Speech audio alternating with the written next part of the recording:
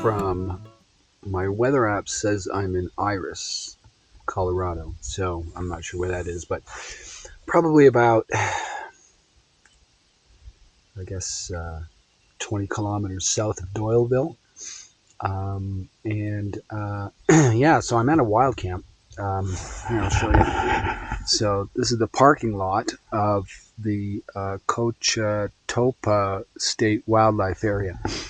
And if you press pause and look at that sign long enough, you'll see right at the bottom it says absolutely no camping, dogs, and whatever it is. But I'm in the parking lot, so I'm on the other side of that fence. So technically, I think I'm just on the edge of the wildlife reserve. So this was a bit of an emergency camp because yesterday or last night, when I realized that I wasn't going to make the reservoir, which was my destination, I saw a construction camp and it looked abandoned. It looked like it was like a Saturday night. Who's doing construction on Saturday and Sunday? I didn't see any sign of life. So I went down there, did a quick scout around, figured, there's some places here I can set up and do a stealth camp.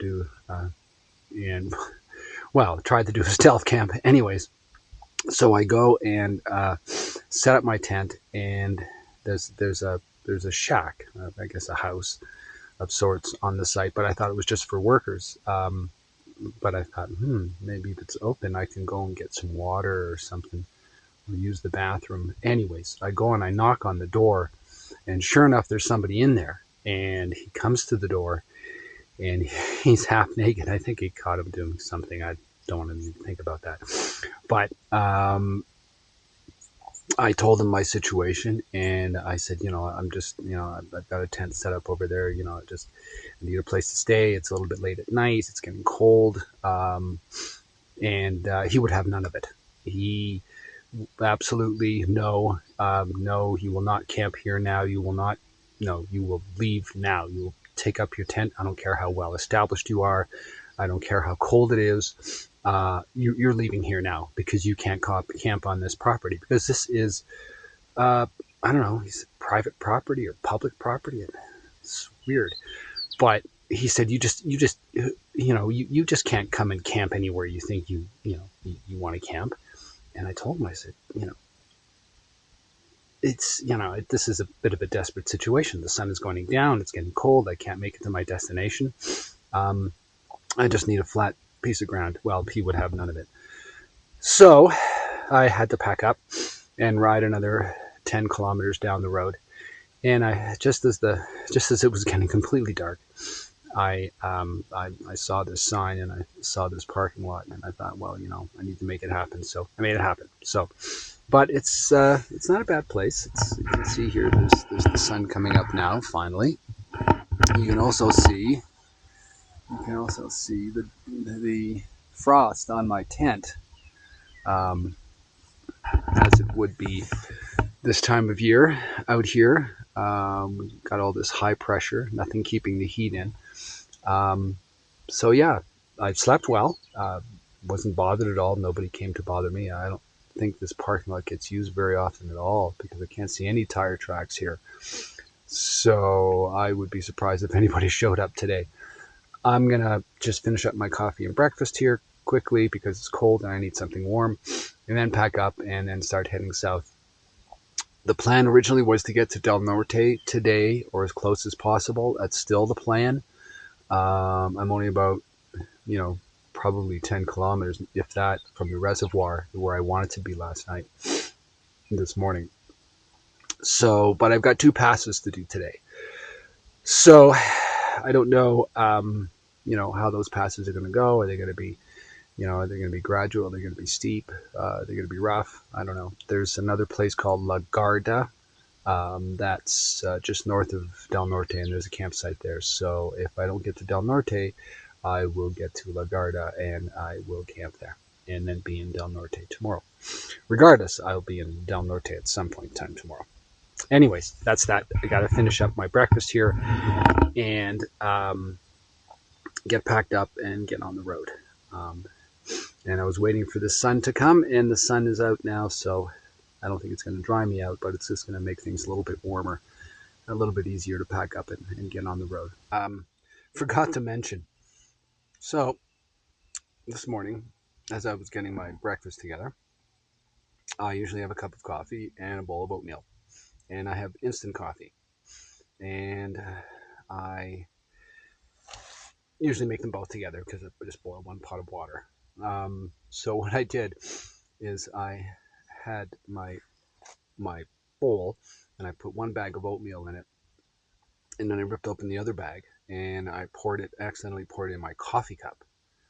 So there was and instant coffee and instant oatmeal together, dried. There's no way that I could separate it. I only have 2 bags of instant oatmeal left for tomorrow morning in case I don't make it to Del Norte.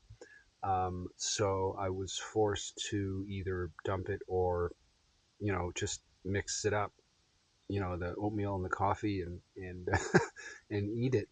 And so this is what it looks like. Doesn't look great. It tastes even worse.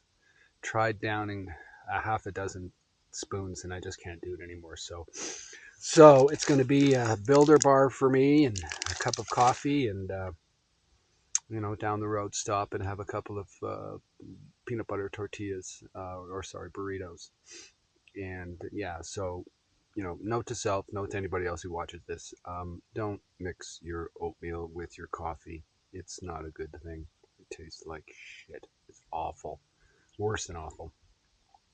Anyways, gotta start getting packed up because the tent is starting to melt, or the frost is starting to melt off the tent. So that's that. I guess we'll see you up the road.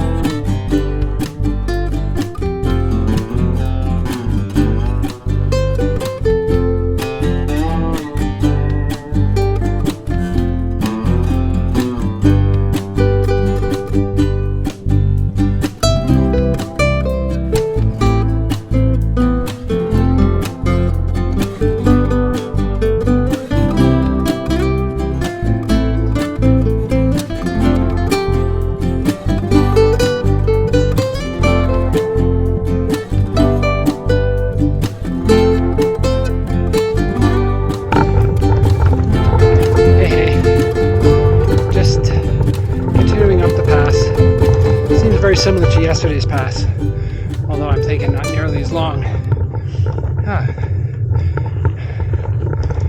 thought I'd show a little bit of this lovely little aspen grove, which seems to be almost ubiquitous when you're up in the mountains here in Colorado.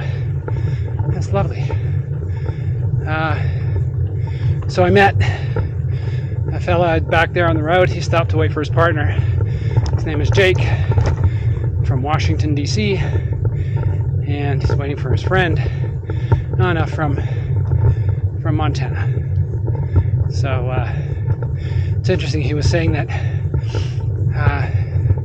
Anna's riding a medium ECR, and she really wants a small. And I'm riding a small ECR, and I really felt that a medium would be better for me. So, but she's in Montana, and I'm in Ontario. Unless we swap on this trip, it probably won't happen. Maybe for a few other reasons too. but it's interesting. And also the first person I've met with an ECR on this ride. That's also interesting, considering how popular that bike is for bike packing.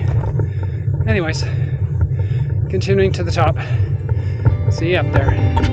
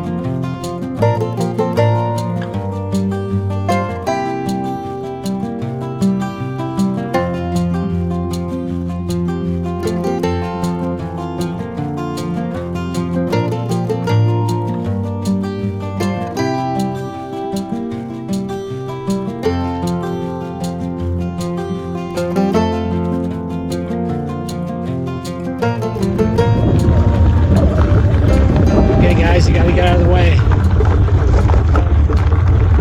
Gotta get out of the way.